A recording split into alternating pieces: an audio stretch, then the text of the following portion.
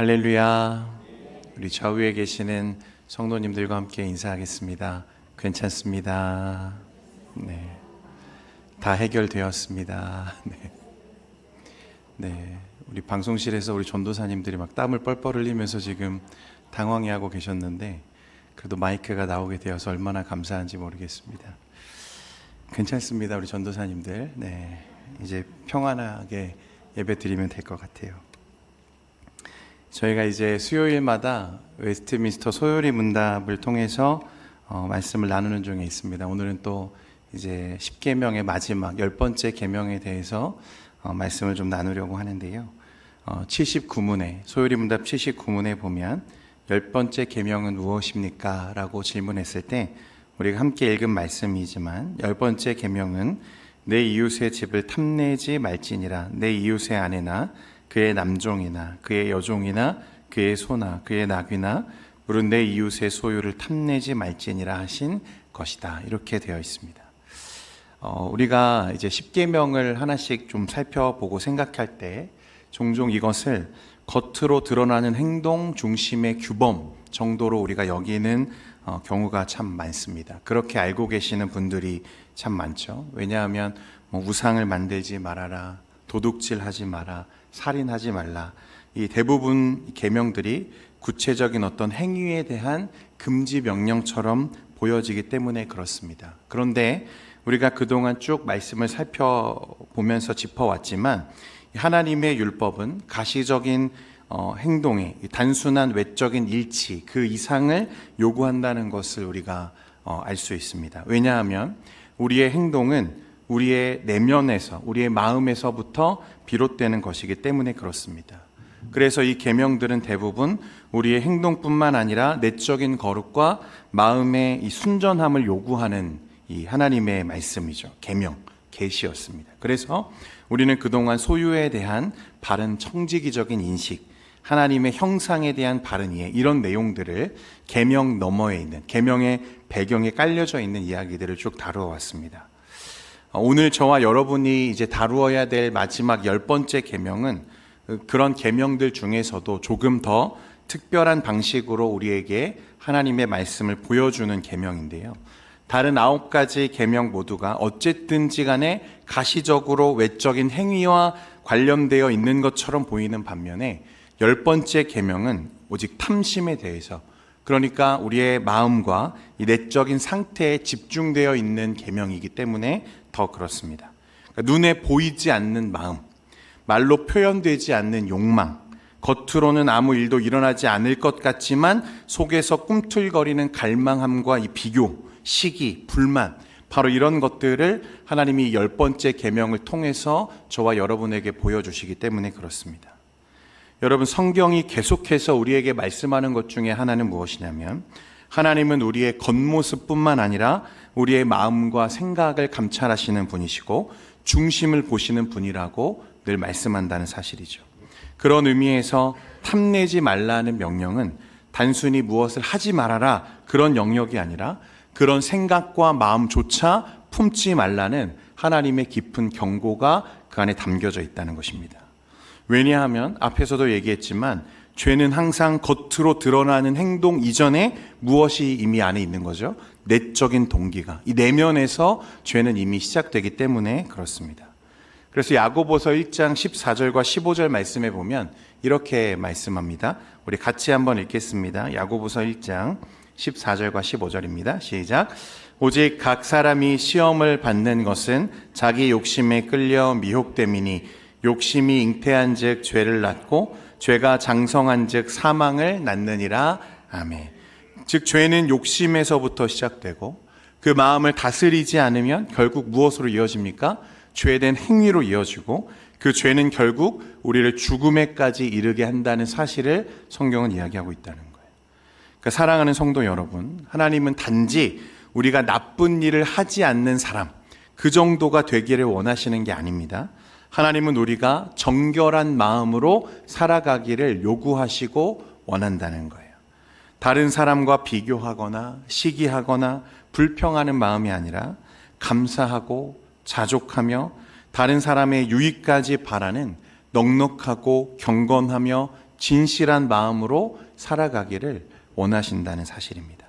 그래서 이 10번째 계명은 사실 우리 신앙의 진짜 본질, 즉 하나님 앞에서의 우리의 마음이 어떠한 상태인지를 드러내는 시험지와 같은 계명입니다. 로마서 7장 7절에 보면 사도 바울이 이런 말씀을 합니다. 그런즉 우리가 무슨 말을 하리요? 율법이 죄냐? 그럴 수 없느니라. 율법으로 말미암지 않고는 내가 죄를 알지 못하였으니 곧 율법이 탐내지 말라 하지 아니하였더라면 내가 탐심을 알지 못하였으리라. 율법이 탐내지 말라 하지 아니하였더라면 내가 탐심을 알지 못했을 것이다. 이게 바울의 고백입니다. 여러분, 바울은 바리새인으로서 율법의 의로는 전혀 흠이 없는 자죠. 그렇게 스스로 혹은 다른 사람들이 칭해줄 정도로 계명을 외적으로 철저히 지키던 사람 중에 한 사람이었습니다. 인간의 안목이나 평가에서 볼 때 그는 간음을 한 적도 없고 살인한 적도 없고 도둑질 등의 죄를 짓지 않은 게 분명하죠. 하지만 바울은 바로 이 10번째 계명, 다른 계명에서는 몰라도 10번째 계명에서 우리의 내적인 열망과 탐심에 대한 계명 때문에 그는 비로소 자신의 내면적인 죄성을 볼 수 있었다고 우리에게 고백하고 있는 것입니다. 그래서 누군가가 그런 말을 한 적이 있어요. 이 탐심에 대한 10번째 계명은 욕망의 심연으로 우리를 끌고 내려가서 거룩하지 못한 언행과 심사의 비밀스러운 근원을 전부 드러내게 한다. 이렇게 말했습니다. 사랑하는 여러분, 그러므로 오늘 말씀을 통해서 우리 안에 남아있을 수 있는 이 탐심들, 시기와 비교와 욕망과 또 그런 하나님이 기뻐하지 않으시는 우리 내면의 마음들을 솔직하게 들여다보고 하나님 앞에 다시 세워지는 그런 귀한 시간 되기를 소망합니다. 그래서 그 모든 불결함들 위에 주님의 은혜가 덮이고 또 새로운 마음으로 다시 회복되고 채워지는 은혜의 시간이 되기를 소망합니다. 할렐루야. 네. 이제 본론으로 좀 들어가세요. 하나님이 우리에게 어떠한 마음을 그러면 이 계명을 통해서 요구하시는가? 이 제80문에 보면 10계명이 요구하는 것은 우리 자신의 조건에 만족하며 의롭고 사랑하는 마음으로 이웃과 그의 모든 것을 대하는 것이다. 이렇게 되어 있습니다. 그러니까 하나님은 우리가 단순히 남의 것을 훔치지 않는 것 정도로는 만족하지 않으시죠. 우리의 마음속에 있는 깊은 이 욕망들, 갈망들도 다스리시기를 원한다는 거예요. 여러분, 히브리어로 이 탐내다라는 단어는요, 하마드라는 단어입니다. 하마드. 이 단어는 단순히 갖고 싶다라고 하는 어떤 생각을 넘어서는 단어예요. 불타오르는 욕망, 소유하지 않으면 견딜 수 없는 갈증, 이런 것들을 포함하는 단어가 이 하마드입니다. 쉽게 말하자면 하나님이 내게 주신 것만으로는 결코 만족할 수 없다고 여기고 말하는 상태, 그것이 바로 이 하마드죠. 탐심이라는 거예요. 이게 탐심의 본질이라는 것입니다. 하나님이 나에게 주신 분깃, 그 분깃이 아닌 다른 사람의 것, 남의 것, 금하신 것에 더 마음을 두고 내 마음을 빼앗기는 어떤 상태를 탐심이라고 말한다는 거예요. 여러분, 이 탐심에 대한 성경의 두 가지 아주 현명한 예가 있는데, 먼저 창세기 3장 6절에 보면요, 아담과 하와가 선악과를 볼 때 어떻게 보았는지를 말씀하는데, 여자가 그 나무를 본즉 먹음직도 하고 보암직도 하고 지혜롭게 할 만큼 탐스럽기도 한 나무인지라. 여기서 탐스럽다라는 단어가 이 하마드라는 단어를 사용했습니다. 그러니까 하나님께서 금하신 열매잖아요. 그런데 그들이 보기에 그 마음에서는 어떤 생각이 있는 거죠? 그게 좋아 보이는 것 정도가 아니라, 그것에 대한 어떤 궁금한 호기심 정도가 아니라 그것을 가지고 싶어하는 열망함이 그들에게 있었다는 것을 우리에게 말하는 것입니다. 이미 그들이 죄를 짓기 이전에 탐심이 그 안에 있었다는 거예요. 하나님이 금하신 것보다 그것이 더 선해 보이는 그 순간, 이 죄가 이미 그 안에서 작동하기 시작하는 거죠. 그래서 그 마음의 탐심이 결국에는 행동으로 이어졌고 인류 전체의 타락이라는 끔찍한 결과로 이어지고 마는 것입니다. 여러분, 우리가 이미 수차례 말씀을 나누면서 이야기했던 내용이지만, 하나님이 아담과 하와를 에덴 동산에 두셨을 때 그들에게 무언가를 부족하게 하셨습니까? 전혀 그렇지 않았죠. 그들의 삶이 결핍되어지지 않도록 하나님은 충분한 은혜와 물자와 그런 필요한 것들을 공급하셨고 창조해내셨고 제공하셨다는 거예요. 그래서 하나님은 이 동산에 있는 모든 것이 너의 것이고 너의 임의대로 다 먹어도 좋다고 허락하시죠. 그 말은 전부가 다 너의 것이야 뿐만 아니라 하나님은 그런 아담과 하와와 그 사랑으로 동역하시고 동행하는 것을 우리가 말씀으로 볼 수 있습니다. 그런데도 무엇하지 못한 거죠? 만족하지 못했다는 거예요. 자족하지 못했다는 거죠. 무언가 부족하다고 여기는 거예요. 뭐가 부족한 거죠? 그 중앙에 있는 단 하나의 나무, 선악을 알게 하는 그 나무를 보면서 뭔가 부족한 게 아닌가? 그런 생각을 그들이 품고 있다는 것입니다. 여러분, 그러니까 탐심의 중심에는 항상 이런 마음이 있는 거예요. 하나님, 지금 내가 가진 것으로는 만족할 수 없을 것 같아요. 내가 진짜 원하는 건 이거예요. 주신 것 말고 내가 정한 것, 내가 원한 것을 주셨으면 좋겠어요. 그러니까 결국 탐심은 그런 하나님, 우리를 충만하게 채우시고 이미 충분하게 우리에게 공급하시는 그 하나님을 불신하는 마음인 거죠. 하나님이 내게 좋으신 것, 좋은 것을 충만하게 채우신다는 사실을, 그 약속을 믿지 못하고 내가 원하는 것을 내 방식대로 얻고자 하는 조급함이자 불신앙이 바로 탐심이라는 것입니다. 그래서 사도 바울은 디모데전서 6장 6절에서 10절에 어떻게 말했냐면, 그러나 자족하는 마음이 있으면 경건은 큰 이익이 되느니라. 자족하는 마음이 있으면 무엇이 이익이 된다고요? 경건에 큰 이익이 된다. 7절에 보면 우리가 세상에 아무것도 가지고 온 것이 없음에 또한 아무것도 가지고 가지 못하리니 우리가 먹을 것과 입을 것이 있은즉 족한 줄로 알 것이니라. 부하려 하는 자들은 시험과 올무와 여러 가지 어리석고 해로운 욕심에 떨어지나니 곧 사람으로 파멸과 멸망에 빠지게 하는 것이라고 말씀합니다.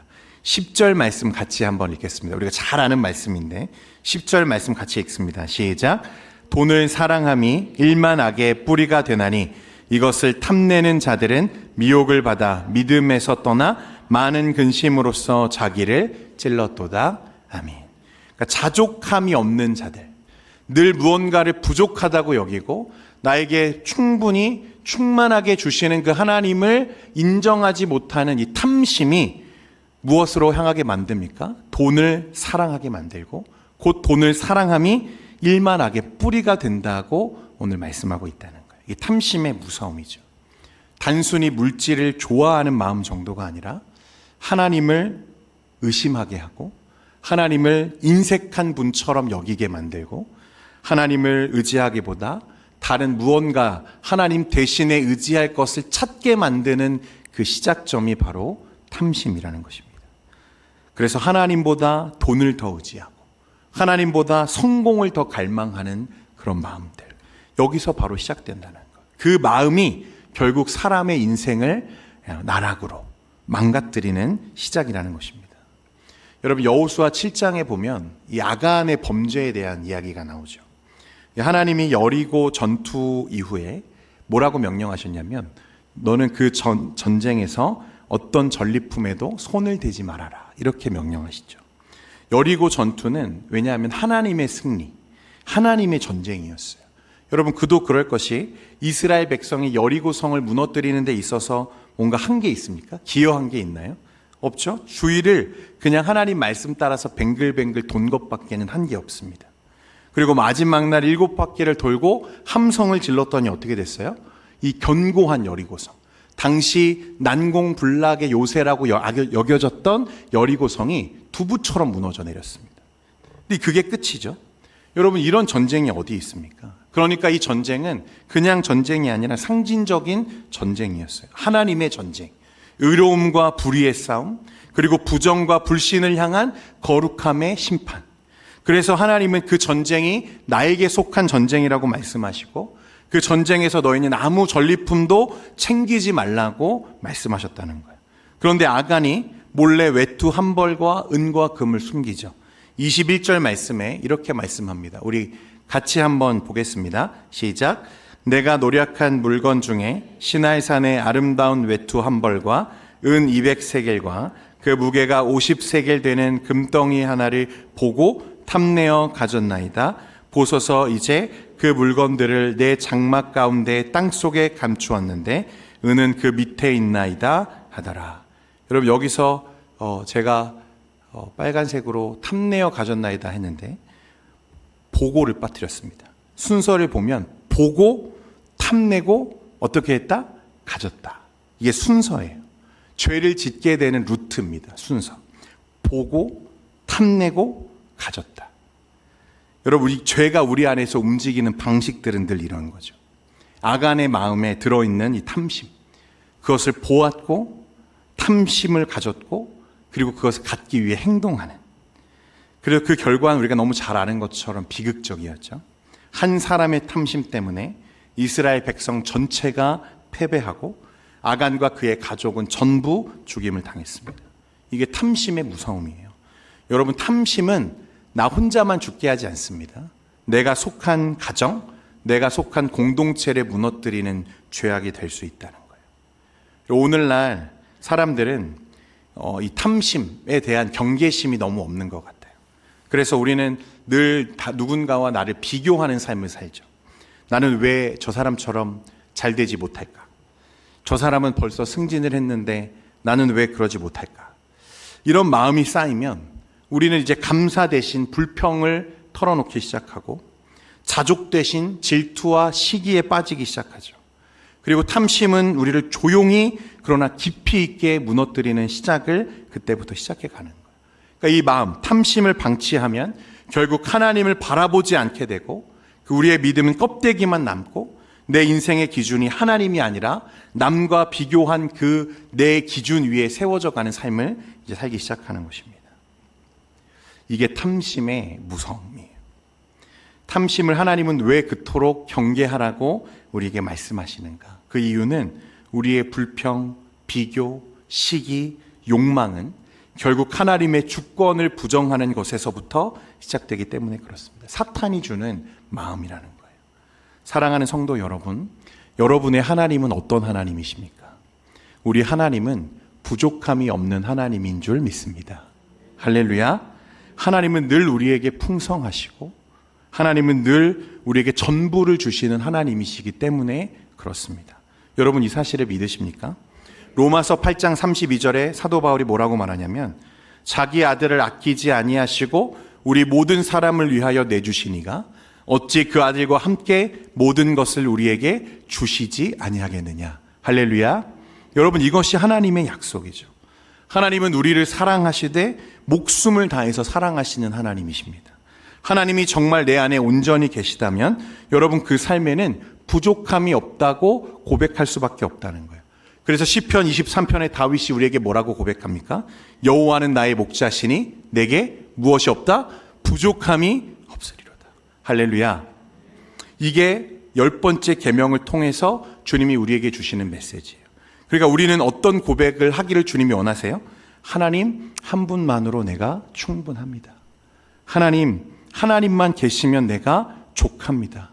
하나님만이 나를 충만하게 하십니다. 라고 고백하라고 말씀하고 계시는 거예요. 이것이 10번째 계명이 저와 여러분에게 주는 도전인 것입니다.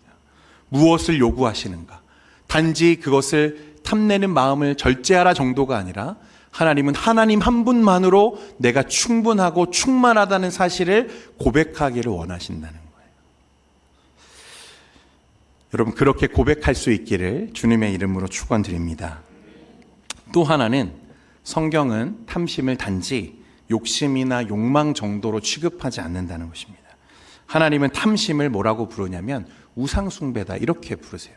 골로새서 3장 5절 말씀이죠. 우리 같이 한번 읽겠습니다. 골로새서 3장 5절 말씀입니다. 시작. 그러므로 땅에 있는 지체를 죽이라. 곧 음란과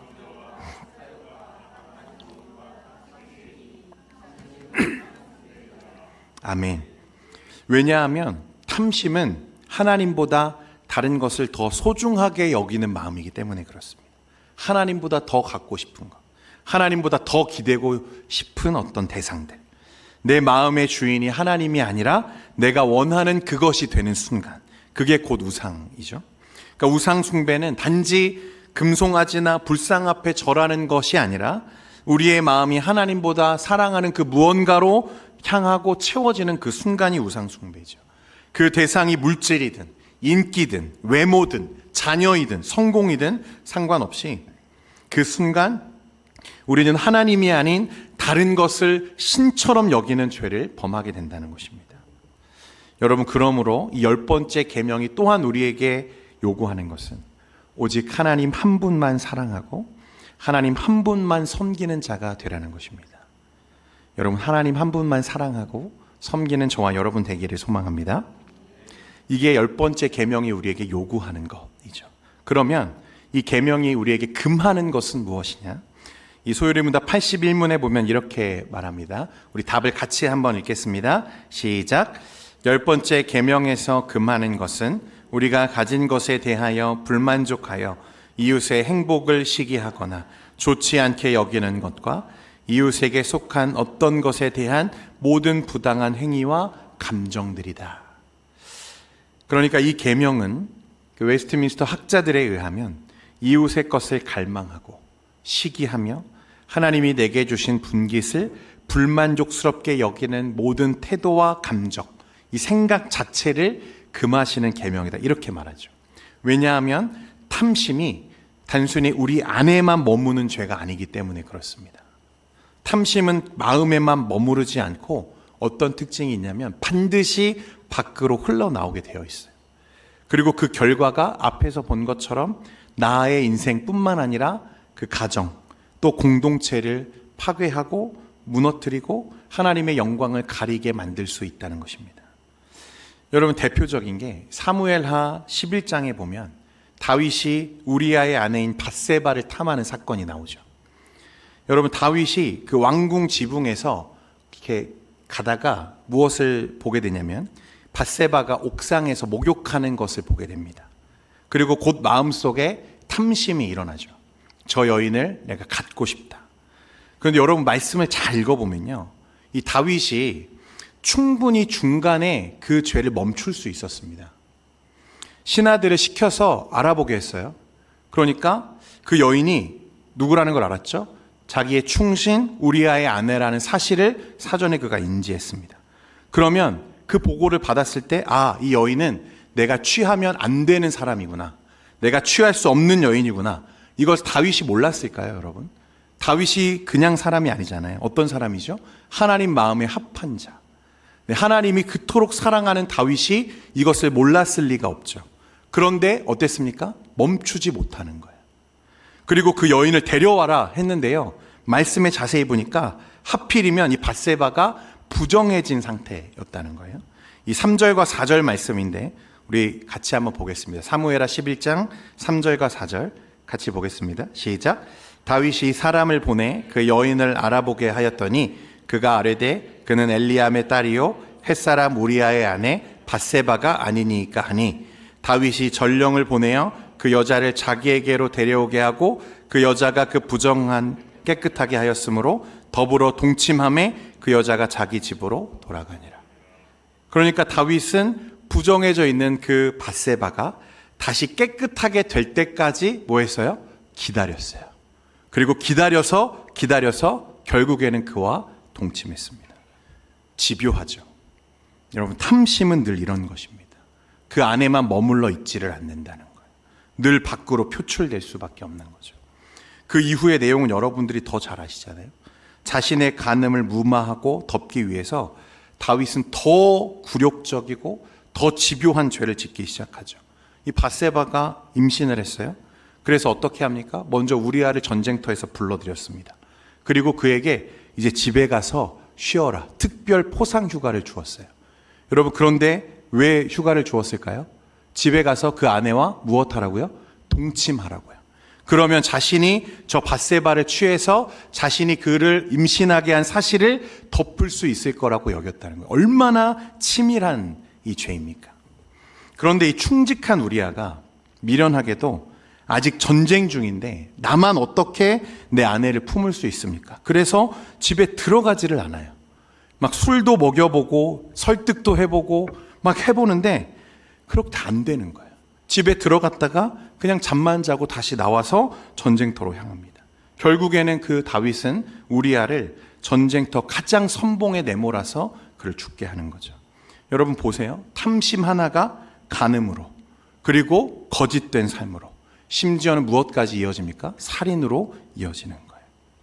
하나님은 이것을 두고 다윗에게 뭐라고 말씀하시냐면 사무엘하 12장 9절에 보니까 어찌하여 내가 여호와의 말씀을 업신여기고 나 보기에 악을 행하였느냐, 이렇게 말씀하세요.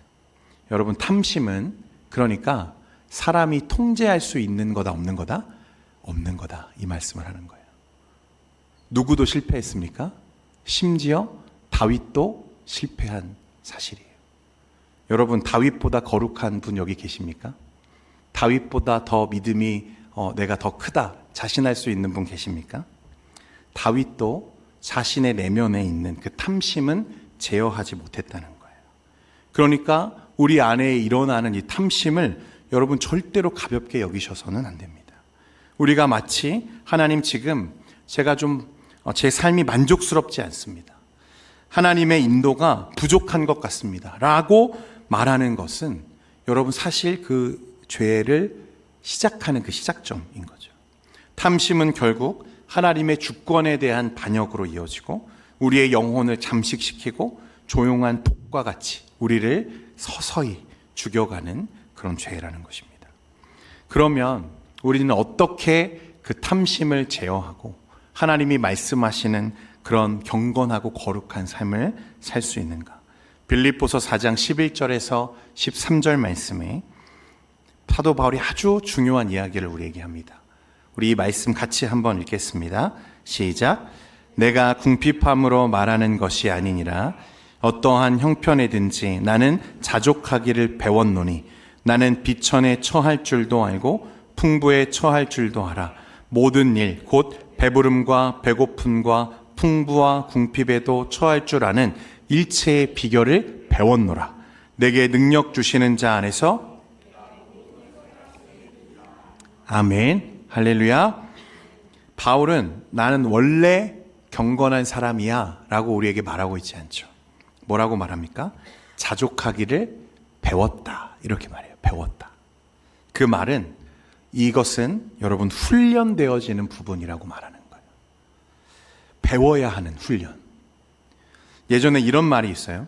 행복한 사람이 감사하는 것이 아니라 감사하는 사람이 행복한 사람이다.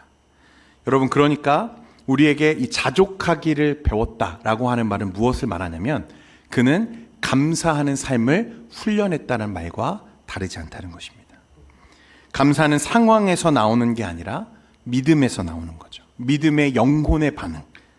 내가 지금 가진 것이 부족해 보여도 그것이 하나님의 주권 아래에 주어진 은혜임을 믿을 때 감사할 수 있는 거죠.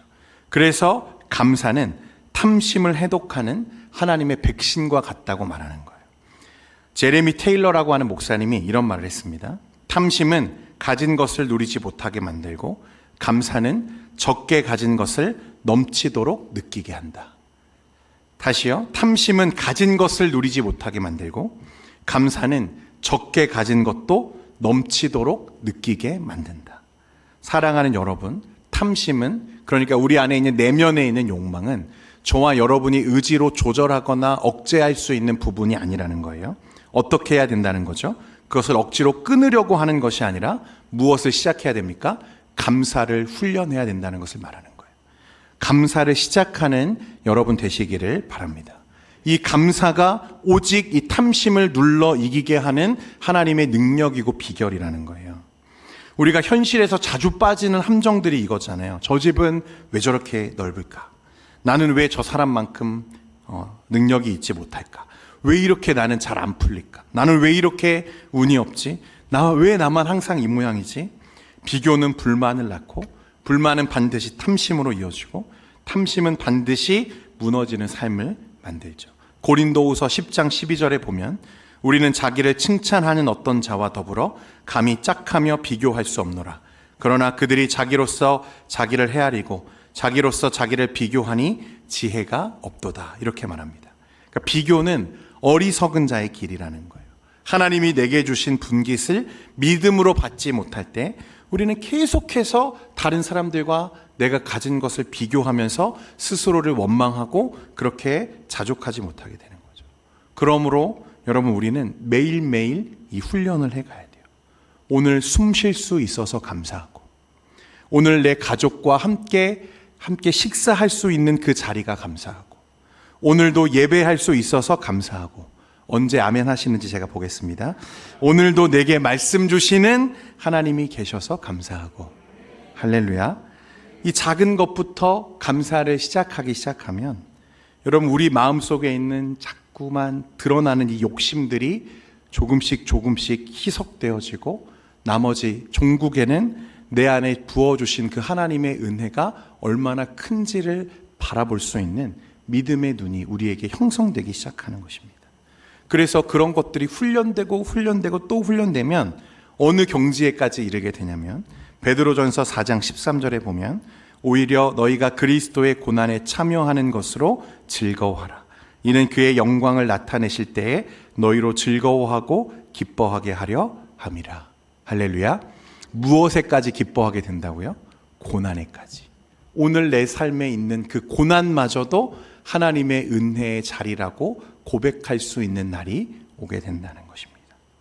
사랑하는 여러분, 탐심의 반대말은 감사입니다. 감사. 탐심의 해독제는 자족이에요. 자족. 탐심을 이기는 힘은 예수 그리스도 안에 있는 기쁨이라는 것입니다. 예수님께서 우리 안에 계시면 우리는 세상이 주지 못하는 만족을 얻게 됩니다. 예수님 한 분만으로 충분하다는 고백이 입술 속에 고백될 때 우리는 진정으로 10번째 계명을 내 삶 속에 살아내는 자들이 된다는 거예요. 오늘 하루, 그리고 우리의 인생 전체가 하나님께서 나에게 주신 것들로 인해 감사하고, 더 나아가서는 나에게 그 예수 그리스도를 주신 하나님 아버지께 감사하게 되는 그런 참된 은혜의 날들을 살아가는 저와 여러분 되기를 주님의 이름으로 축원드립니다.